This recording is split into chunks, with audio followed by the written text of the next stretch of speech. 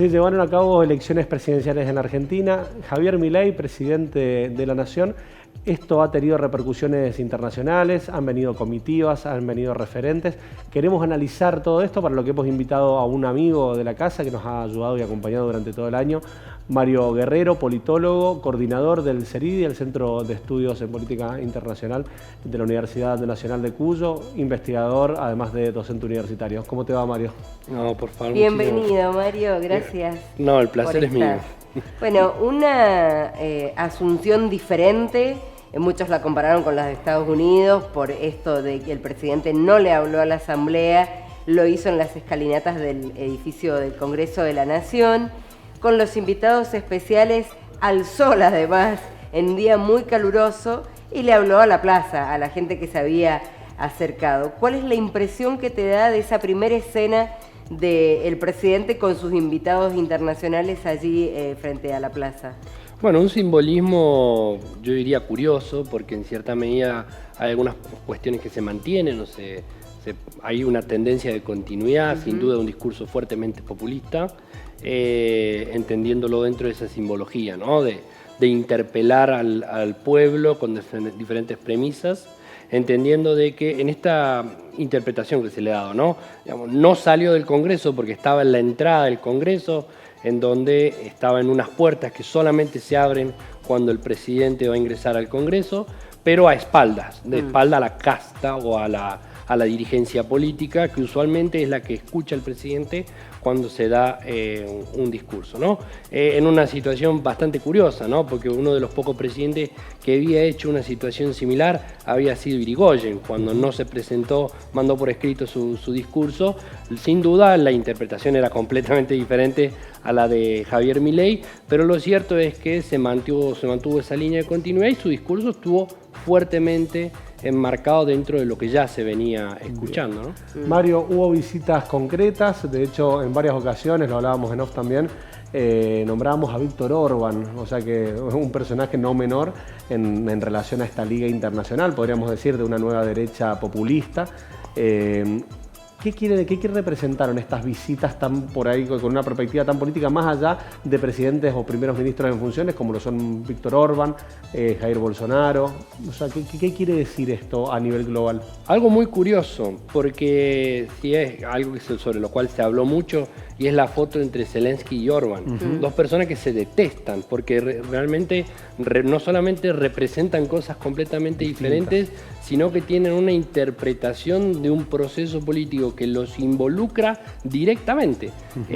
Particularmente Orbán está fuertemente alineado con Putin, y de hecho Orbán es el principal actor de veto dentro de la Unión Europea actualmente, bloqueando diferentes medidas que la Unión Europea quiere aplicar en relación a Ucrania, y Zelensky, obviamente presidente de su país, quien busca apoyo en diferentes partes del mundo, en un continente el cual ha sido muy esquivo a darle apoyo, tanto de manera declarada como cerrándole las puertas para que pueda dar su versión del conflicto. Entonces, de hecho, la posición de supuestamente Lula da Silva no lo quiso recibir, no quiso tener una bilateral en Brasil cuando venía hacia la Argentina. Y el Mercosur declaradamente ha impedido que muchas veces, y ello lo ha hecho de manera repetida, ha querido intervenir, dar su discurso en las diferentes cumbres presidenciales. Recordemos que se hacen 2 cumbres presidenciales al año, en ninguna de ellas Zelensky ha podido dar su versión de los hechos. Entonces eso es algo bastante curioso dentro del imaginario de la política exterior de Milei. Pasa que el identificarse con liderazgos radicales da lugar al hecho de que se te puedan sentar en una misma mesa, o por lo menos dentro de ese imaginario de Milei, las referencias que tiene con Netanyahu, Orbán, Zelensky, personas que no opinan lo mismo, pero sí refieren a una forma de construcción de poder y de entender a la política que entienden algún tipo de afinidad. Entonces hay que entenderlo dentro de ese marco, Ahora, si uno se pone a pensar con el gobierno anterior, donde se le criticaba por tener relaciones tan cercanas con Cuba, con Nicaragua, está haciendo un poco lo mismo del otro lado, porque en esa presentación, en ese primer discurso y con los invitados que llegaron, no vimos ningún líder, por ejemplo, europeo. El rey de España, bueno, va a todos los lugares que fueron colonia, iba a venir a Argentina, estaba claro. Y más allá de Zelensky no vimos grandes referentes de Europa en esta asunción del presidente Milei. No, para nada, y yo creo que da cuenta, las personas que estuvieron presentes algún tipo de afinidad tienen con Milei en este sentido. El único que marcaba la diferencia era Boric. Realmente el verlo en esa imagen de mandatarios, a él como el único representante de una centroizquierda o una izquierda o algo totalmente diferente, era algo bastante institucionalmente disonante. muy interesante la posición de Boric.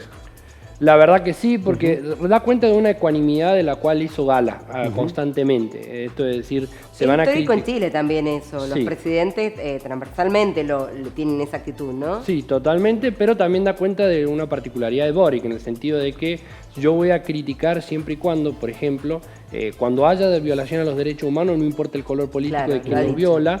Entonces, en ese sentido yo interpreto la visita y el hecho de que, bueno, yo soy mandatario, comparto...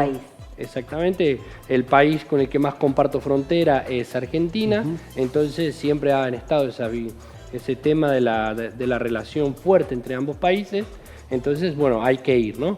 Pero más allá de eso, yo creo que hay que entender en este reacomodamiento, yo creo que hay muchas cosas que todavía dentro de la política exterior de Javier Milei es netamente discursiva, entonces hay muchas cosas que se van a ir acomodando en el andar, designaciones de embajadores, cómo es que se van a terminar de reorientar algunas premisas históricas que ha tenido Argentina, líneas de continuidad en materia exterior, pero sí veo en Javier Milei una continuidad respecto a cómo los presidentes se comportan históricamente en materia de política exterior, que es ver de qué manera pueden ser disonantes, marcar esa diferencia. Con la particularidad que yo veo, y es que cada vez más se está acentuando esto de utilizar la política exterior como un instrumento de construcción de política y legitimidad en materia interna. Entonces, eso puede ser bastante peligroso. ¿Y Mario, que en este contexto donde estamos en una crisis terrible de nuestro país, ¿cómo debería equilibrarse la posición geopolítica que tiene la Argentina o cualquier país con las necesidades comerciales y económicas que tiene de relacionarse, en este caso, con China, con Brasil, que son tan importantes para el comercio con Argentina? Yo creo que la templanza es lo más beneficioso en la política exterior de cualquier país. Ser rupturista es extremadamente costoso, bajo cualquier esquema. Eso en términos generales. Después yo creo que Argentina tiene mucho más que perder si rompe con algunas líneas de tendencia histórica que ha mantenido en política exterior. Más allá de la necesidad en la que se muestra Argentina. Y después está el otro tema. Yo creo que contra la realidad y lo material no se puede ir. Y el hecho de que, por ejemplo, se haya despotricado y se haya criticado fuertemente a China, incluso si uno lo compara con Bolsonaro, para mí Bolsonaro fue más eufemista en este sentido, pero Bolsonaro no pudo romper relaciones con China y tampoco lo buscó, pero sí políticamente y discursivamente fueron tensadas esas relaciones. Y con Milei empezamos a ver algo, esto yo ya lo he repetido varias veces que no he tenido la oportunidad, pero con Milei ya empezamos a ver este tipo de cuestiones, particularmente con la posibilidad de renegociar el swap, mantenerlo como una fuente de ingreso más alternativa para poder dar cumplimiento no solamente a pagos que se tengan con organismos internacionales, sino también, una de las cosas que se está discutiendo últimamente hace poquitas horas, cómo se van a pagar las importaciones, porque Argentina tiene una deuda muy grande con los proveedores y los importadores que no están las divisas para hacer frente a eso, y los swap venían siendo un instrumento para hacer pago a eso. Mario, la situación en relación al acuerdo entre el Mercosur y la Comunidad Europea fue un tema que de hecho en un principio medio que se alineó con Macron Milei, haciendo referencia a que no iba a proceder, pero después como que surgió una suerte de desesperación por varios asesores y actores con la intención y la vocación de reflotarlo. Antes de meternos de lleno en eso, preguntarte, ¿tiene algún costo político esta suerte de contradicciones permanentes con lo de las relaciones con China, con Brasil, y que vaya desde una línea ideológica? A ver, mi gran inquietud es que cómo pensamos política comercial si todavía no termina de quedar claro cuál es el plan económico. Entonces, porque son dos elementos que están intrincados, claro, necesariamente. Hay una realidad económica que no se puede negar. Entre el 70 y el 75% de lo que Argentina comercia es con el continente asiático y con el continente americano. Entonces, nuestros principales socios económicos son Brasil en primer lugar y China en segundo lugar. Nosotros prácticamente no comerciamos con Europa. Si no me equivoco, es entre el 15 y el 16% entre importaciones y exportaciones cada una, es más o menos el peso relativo que se tiene. Lo cierto es que, por ejemplo, con herramientas como el acuerdo con la Unión Europea, países como Argentina, Brasil, tienen muchas cosas que ganar, pero yo entiendo que las principales trabas están en Europa. Mientras que los europeos no terminen de definir cómo van a encarar la cuestión de la competitividad de los productos, de los bienes agropecuarios que genera el Mercosur, nosotros en eso no tenemos mucho que decir. Mientras tanto, mientras nosotros tenemos diferencias políticas, ellos tienen diferencias económicas. Claro, por otro lado. Exactamente, y eso, por ejemplo, hace un par de semanas atrás, el hecho de que estuvieran tirando estiércol frente a la Casa de Gobierno en Francia, da cuenta de que el sector agropecuario son los intereses que están predominando y trabando específicamente la negociación del acuerdo con la Unión Europea, más allá de que se está revistiendo todo eso en demandas ambientales, que obviamente nosotros como países sudamericanos tenemos mucha culpa de la erosión que estamos haciendo sobre el clima, particularmente en la cuenca del Amazonas, en la cuenca del Chaco y demás cuestiones, pero lo cierto es que la tensión es esa, viene por ese lado. Además, también tener en cuenta que se pueda llegar a sumar una discusión sobre una potencial o no vuelta de Inglaterra a la Comunidad Europea. Bueno, ahí dentro de ese esquema también hay mucha gente que estaba discutiendo cuál es el papel que va a tener Bolivia, porque Bolivia se ha incorporado como miembro al Mercosur. Pero lo cierto es que como son miembros que están por fuera en este momento, la negociación iría primero encauzada por dentro de los que son miembros firmantes, y después hay que ver cómo es que se da la incorporación. ¿Por qué hago esta aclaración? Porque, por ejemplo, uno de los países que también está bloqueando e históricamente bloqueó acuerdos de este tipo con países sudamericanos es Bélgica. Entonces, ¿por qué? Y porque ahí prevalecen muchos elementos de carácter más político, ¿no? Y Bélgica ha sido históricamente crítico con los regímenes políticos sudamericanos. El caso más simbólico es, por ejemplo, cuando la Comunidad Andina y en la Unión Europea firmaron acuerdos, que eso terminó en una negociación segmentada. Ecuador quedó medio marginada en ese proceso, mientras que los demás países negociaron acuerdos separados. El acuerdo económico fue por un lado, es decir, sin tener que mediar por el Consejo, y los acuerdos políticos, bueno, eso sí quedaron enmarcados dentro de la bilateralidad que se podían hacer y quedaron negociados o truncos.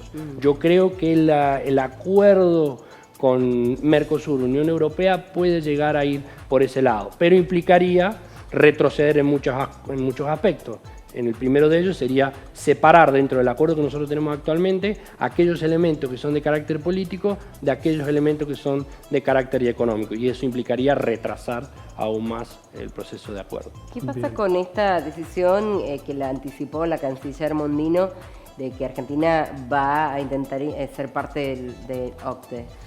Yo creo que eso es bastante curioso. Primero explicar un poquito qué es OCDE para que... Es un organismo internacional surgido hace ya muchos años, 60, 70 años, que lo que busca hacer es establecer líneas de coordinación en materia económica.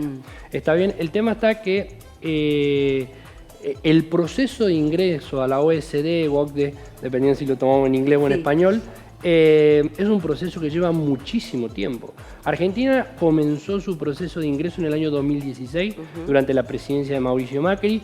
En alguna medida se continuó durante la presidencia de Alberto Fernández, y lo que ha hecho Mondino es declarar que se han presentado una serie de instrumentos administrativos, pero lo cierto es que es tan lento que es posible que la gestión de Javier Milei no lo termine de ver, porque ya llevamos casi 8 años, estamos en esta situación y todavía hay mucho camino que transitar. ¿Por qué? Porque primero es el proceso de incorporación y después está el proceso de adecuación de mucha normativa argentina respecto a estándares que establece la OECD.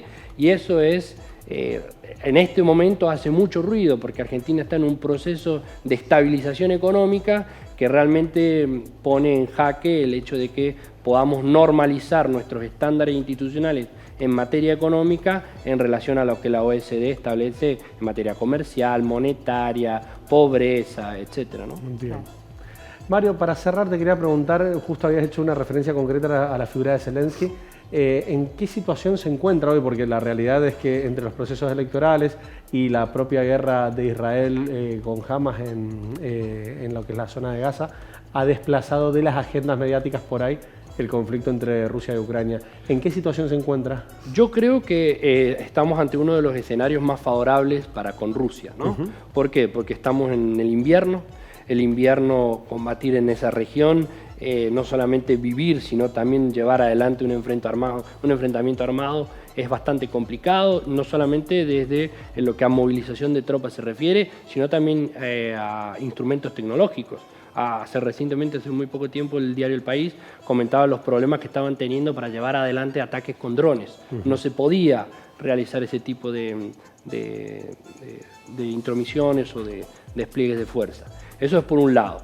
Pero lo cierto es que lo que está jugando muy a favor de Putin es el hecho de que Estados Unidos cada vez más está entrando en un proceso electoral.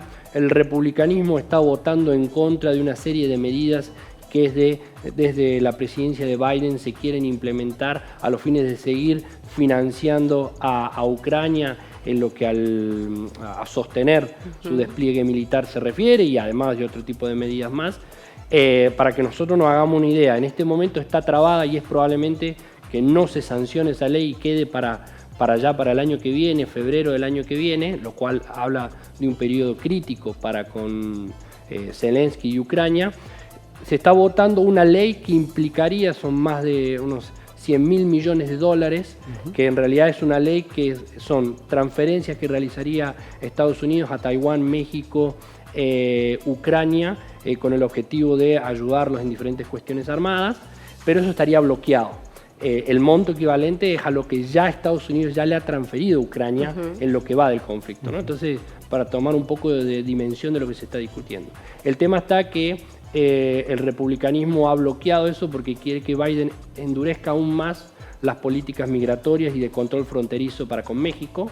Entonces está en un proceso de negociación y negociación que yo creo que va a ser muy difícil del que se salga, y la Unión Europea está en un juego de negociación en donde Orbán está teniendo un papel muy importante bloqueando todo tipo de iniciativa. Particularmente en este momento se están bloqueando la iniciativa de ingreso de Ucrania o consideración del ingreso de Ucrania a la Unión Europea y aprobar este refinanciamiento dentro del presupuesto bianual que tiene la Unión Europea de hacer transferencia de recursos a Ucrania, ¿no? Y en este sentido la Unión Europea ha hecho un par de concesiones, y recordemos que Hungría tiene una serie de sanciones por parte de la Unión Europea, y lo que han hecho es liberar recursos que estaban siendo retenidos por la Unión Europea, se los han liberado. No es la totalidad, si no me equivoco son unos 10.000 millones de dólares, que son el 55% de lo retenido, pero es como un gesto por parte de la Unión Europea de decir,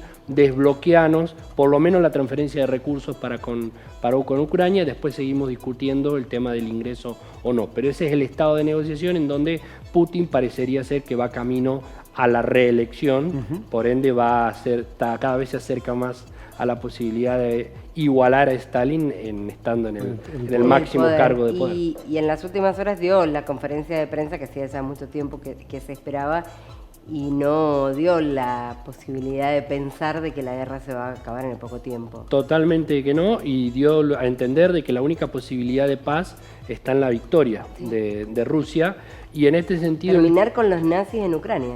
Exactamente, porque entienden de que ahí hay un doble juego, ¿no? Entienden de que Ucrania es un país que está usurpando territorios que pertenecían a Rusia. De hecho, reivindica que parte de esos territorios fueron perdidos en una serie de enfrentamientos, diferentes enfrentamientos que tuvieron siglo XIX y el siglo XVIII y siglo XVII con el Imperio Turco Otomano. Entonces entiende que eso es territorio ruso. De hecho, el propio Putin en el 2019, si no me equivoco, Mario, él genera un manuscrito en el cual plantea a Ucrania como un estado errático.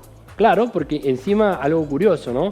A Putin siempre se lo suele identificar fuertemente con Lenin, ¿no? Como dos pesos políticos muy importantes.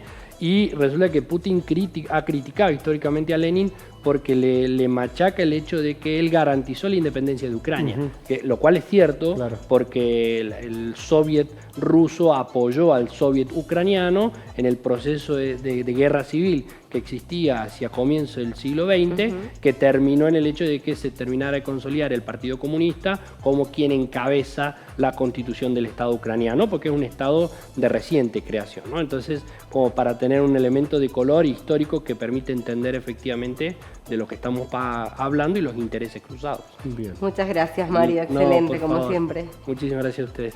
Vamos a hacer una pausa. Una pausa, no te vayas. Ya volvemos.